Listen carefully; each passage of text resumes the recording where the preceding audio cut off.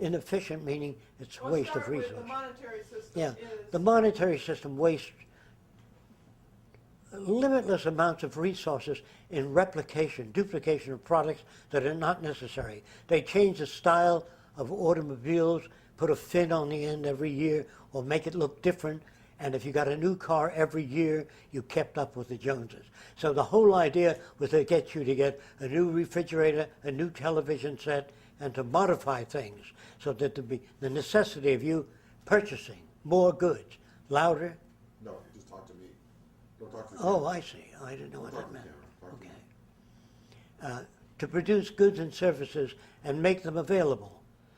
If you do that, the country reaches the production end.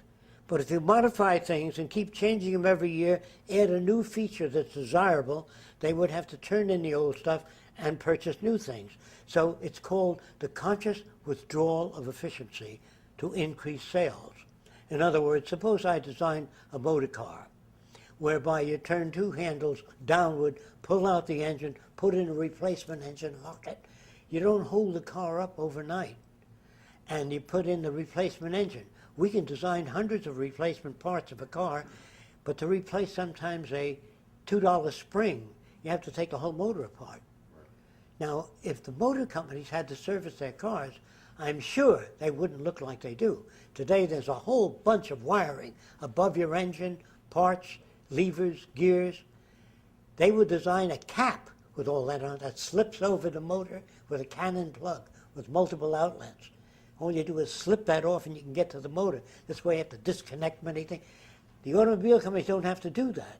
But if you bought your car from a company and they guaranteed 10 years of service and they would service it, they'd make removable parts to get to things. So that's what I mean by the conscious withdrawal of efficiency. The building of freeways and highways are really unnecessary because that would improve the sales of cars. The more leeway, the more highways you make, the more bridges you build, the more traffic. The automobile companies are very much for that. They're very much against public transportation. Public transportation would take the jammed highways, cut them down so you wouldn't have heavy traffic jams. If adequate and immediate transportation was safe, swift, easily accessible. But it's detrimental to the free enterprise system. So those things are kept away. Also, owning your own car is something special. So everybody gets off at 4 o'clock. Your freeways during the day don't have much traffic on them. But at 4 o'clock, boom, they're all jammed with traffic. And so it is detrimental, but it's good for the surface industries.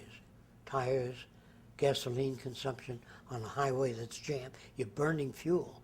And so when you look at all that, and you add all that up all over the country, at 4 o'clock, if it gets off at a given time, you take Miami Beach, if you've ever been there, on Saturday and Sunday, Key Biscayne is jammed with people. If you change the calendar, so 1/7 of the population's off every day of the week, the beaches are never jammed. Very simple solution. Your highways are never jammed. You never have crowding anymore.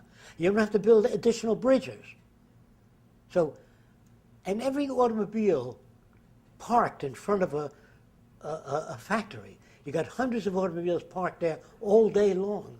They're not being used. They don't need the rest.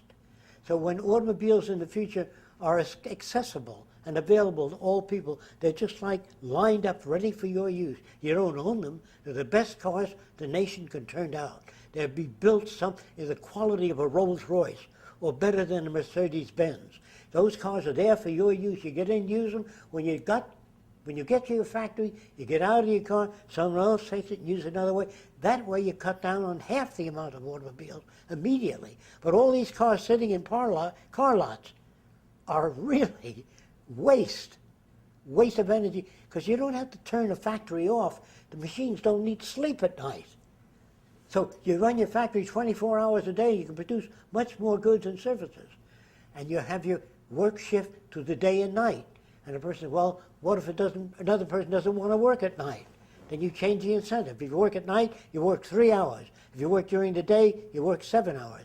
You just shift the advantages around, and you got people on the night shift. Very easy to do. And when you get to be about 25 or 26, you stop because there's no sense in thinking about something you can't afford to have or do. Fortunately about America, when I was a kid years ago during the Depression, we can buy an automobile for $8. No, Really? it's an old Ford. Wow. But I take it in the garage and take it apart. I couldn't afford service, so I learned a hell of a lot. Then we just run wire in a circle with a crystal and make a crystal set.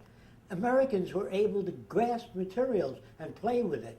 We had airplanes that were built during World War I that were sold in a crate, a brand new Jenny, for $50. Wow. There was a guy called Carl Ort, used to sell brand new propellers after World War I for $1. It came crated, and I bought one. This is how I met one of my friends. I bought that propeller, and he admired it. We both sat there admiring it. It was from an airplane, and at $1, brand new. And then you can buy airplanes ready to fly out of the crate, fully assembled, for $150. So you think people will be graph? Yes. A bar graph? Yes, Yeah. like a bar graph. That was in the early days, yes. And that led to another thought, that line on there. I said, if a can of beans sells for 15 cents, if I put a line on it, just a line on the can, when it went by a photoelectric cell, if that particular area were interrupted, that could set the price. So I had a bunch of lines on the can, which I drew. And I talked to people that had, at that time, a market, and we're in supermarkets. And the guy says, "You're a dreamer." You know, dreamer. No, we can't do that. You got to have a cashier at the register. And you know, and they sound like aliens to me. They sound like people did not hear what I said or did not understand. I would have been better off if I went to the canning factory. I think I would have been better off. But anyway.